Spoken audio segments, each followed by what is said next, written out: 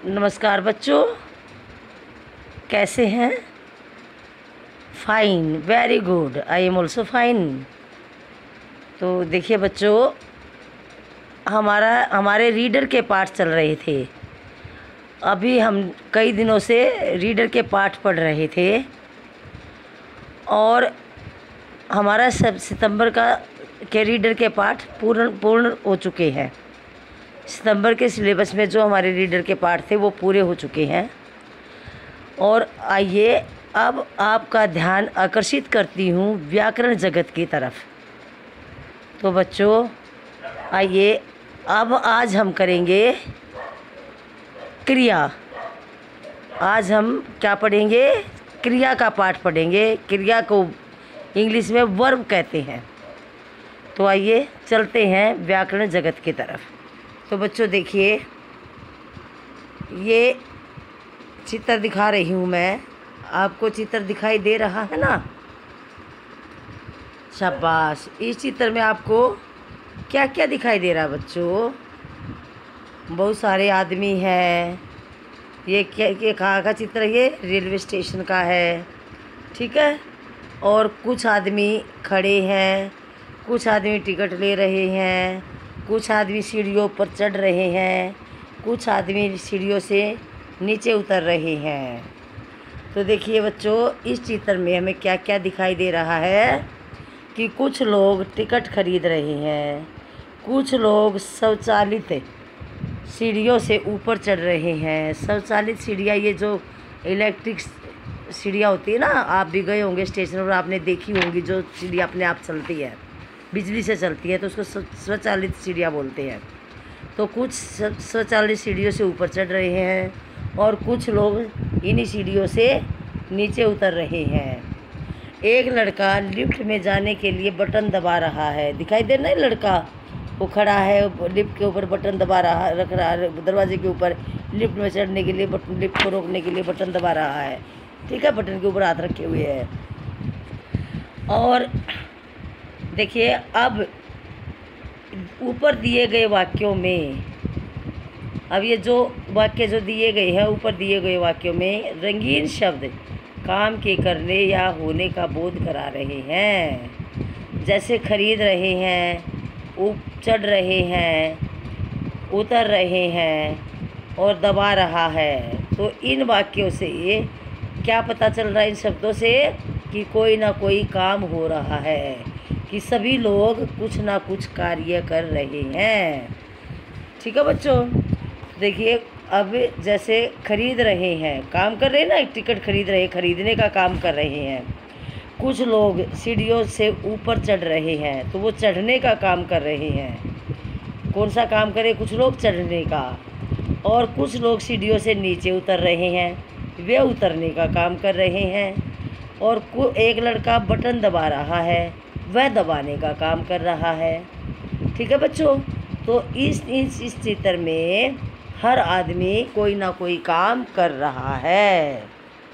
तो देखिए बच्चों, क्रिया, तो इस काम को तो अब ये सभी क्या हैं? क्रिया हैं। कोई ना कोई, हर आदमी कोई ना कोई काम कर रहा है। तो ये सभी जो खरीद रहे हैं, जो दिए हुए हैं, जो ऊपर ये रंगीन शब्द जो हैं, खरीद रहे हैं, ऊपर चढ़ रहे हैं, दबा रहा है, उतर रहे हैं। तो इन शब्दों के माध्यम से हमें पता चल रहा है कि सभी कोई ना कोई काम कर रहे हैं। तो काम का करना या होना ही क्रिया कहलाता है। तो काम के करने या होने को ही हम क्रिया कहते हैं। क्रिया का अर्थ काम। क्रिया का अर्थ क्या है? काम, काम का करना। हम हर समय कुछ न कुछ करते हैं या कुछ न कुछ हो रहा होता है, और क्रिया के बिना वाक्य अधूरा होता है। तो हम हर समय कोई ना कोई कुछ ना कुछ करते ही रहते, कोई ना कोई काम करते हैं अपने हाथों से। और कभी कभी काम अपने आप भी होता है, जिसको मनुष्य नहीं करता। देखिए जैसे हम लेट रहे हैं तो हम लेटने का काम कर रहे हैं, हम पढ़ रहे हैं तो पढ़ने का काम कर रहे हैं, हम दौड़ रहे हैं तो दौड़ने का काम कर रहे हैं, हम खा रहे हैं तो खाने का काम कर रहे हैं, हम बैठे हैं तो बैठने का काम कर रहे हैं। तो हर समय हम कुछ ना कुछ काम कर रहे होते हैं, तो उसे ही क्रिया कहा जाता है। देखिए बच्चों, क्रिया की परिभाषा है जिन शब्दों से किसी काम के करने या होने का बोध होता है उसे क्रिया कहते हैं। तो कुछ लोग टिकट खरीद रहे हैं, अभी मैंने आपको बताया था, तो इसमें कौन से काम का, किस काम का होना पाया जा रहा है? खरीदने का। टिकट खरीदा जा रहा है, खरीदने का काम हो रहा है। अगले वाक्य में कुछ लोग स्वचालित सीढ़ियों से ऊपर चढ़ रहे हैं, तो इस वाक्य में कौन सा काम हो रहा है? चढ़ने का, कि ऊपर चढ़ रहे हैं। और कुछ लोग सीढ़ियों से उतर रहे हैं, इस वाक्य में कौन सा काम हो रहा है? उतरने का। एक लड़का लिफ्ट में जाने के लिए बटन दबा रहा है, तो इसमें कौन सा काम हो रहा है? दबाने का। तो बच्चों, इन सभी वाक्यों से पता चल रहा है कि कोई ना कोई काम हो रहा है। ठीक है, इन शब्दों से पता चल रहा है कि कोई ना कोई काम अवश्य हो रहा है, तो उसे ही हम क्रिया कहते हैं।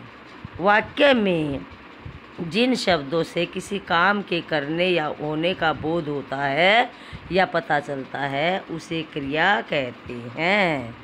ठीक है बच्चों, देखिए अब अभी मैंने बताया आपको करना या होना। मैंने आपको क्या बताया? काम का करना या होना। देखिए, काम का करना कौन सा होता है? जिस काम को मनुष्य अपने हाथ से करता है, स्वयं करता है, वहाँ पर होता है काम का करना। और जिस काम को मनुष्य अपने हाथ से नहीं करता, जो काम अपने आप से होता है, कुदरत से होता है, भगवान की तरफ से, मतलब कुदरत से ही होता है, भगवान की तरफ से होता है, तो उस काम को कहते हैं काम का होना। जैसे वर्षा हो रही है। अब देखिए, वर्षा अपने आप होती है, वर्षा को आदमी चढ़कर ऊपर से थोड़ी बिखेरता है पानी को, बरसाता कोई आदमी नहीं, वर्षा अपने आप ही होती है, कुदरत से होती है। तो यह है काम का होना।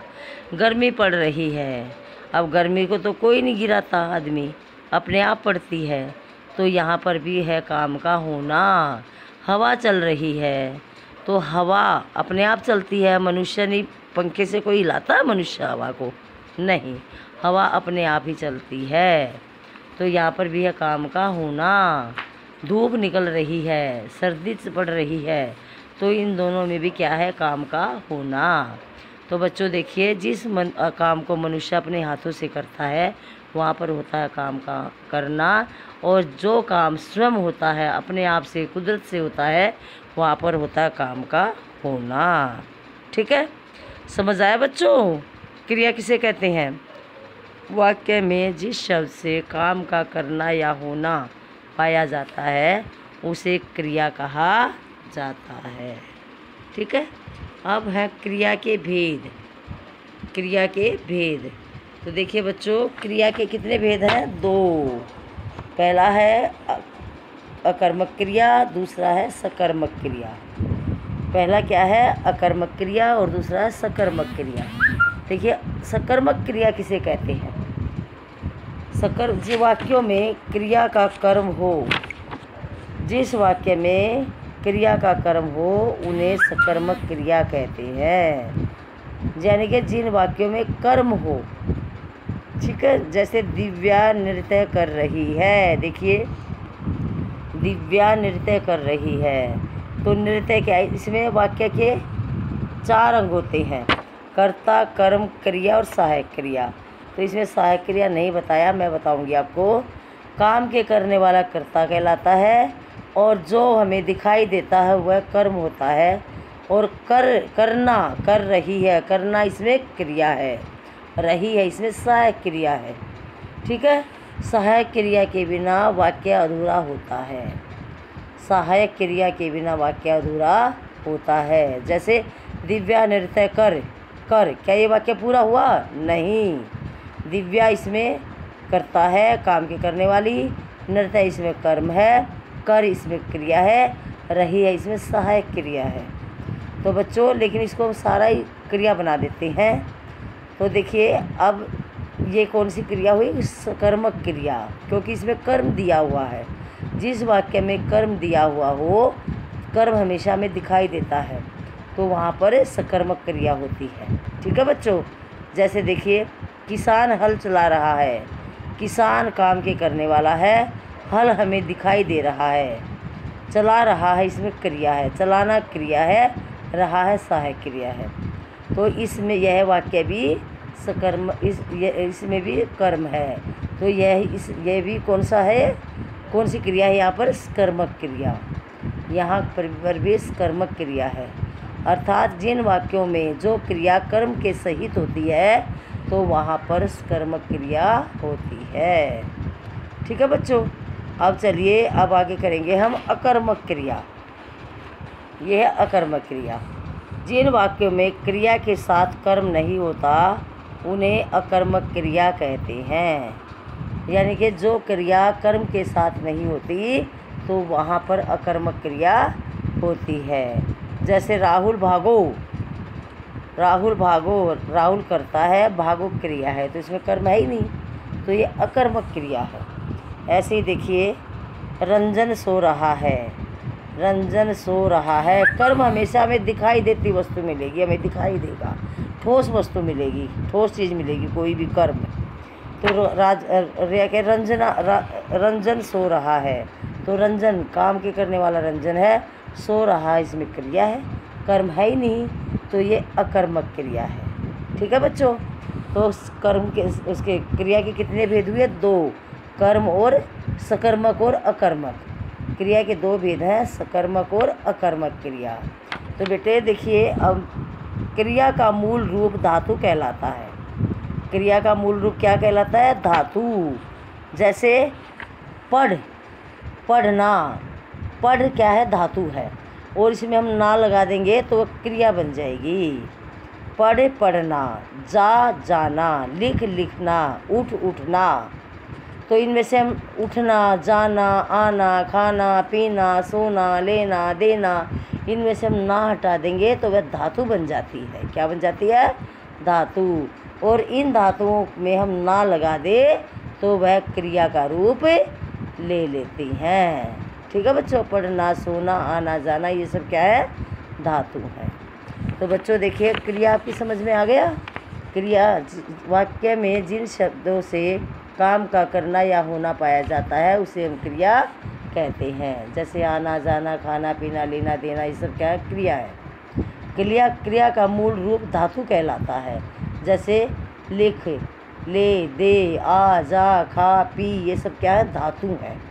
यानी कि क्रिया में से ना हटा दे तो वह धातु का रूप ले लेती है, धातु बन जाती है। क्रिया के 2 भेद होते हैं, पहला कर्मक क्रिया, दूसरा सकर्मक क्रिया। यानी कि जो क्रिया कर्म रहित होती है, कर्म के बिना होती है, वहाँ पर अकर्मक क्रिया होती है, और जो क्रिया कर्म सहित होती है अर्थात कर्म के साथ होती है वहाँ पर सकर्मक क्रिया होती है। तो बच्चों इसको दोबारा से रीड करेंगे, ठीक है, और इसको समझेंगे। अब इसकी परिभाषा को मैं PDF बनाकर भेज दूँगी और इसको अपनी अभ्यास पुस्तिका में इसकी परिभाषा को, उसके भेदों के नाम लिखेंगे। ठीक है, धन्यवाद, शुभ दिन।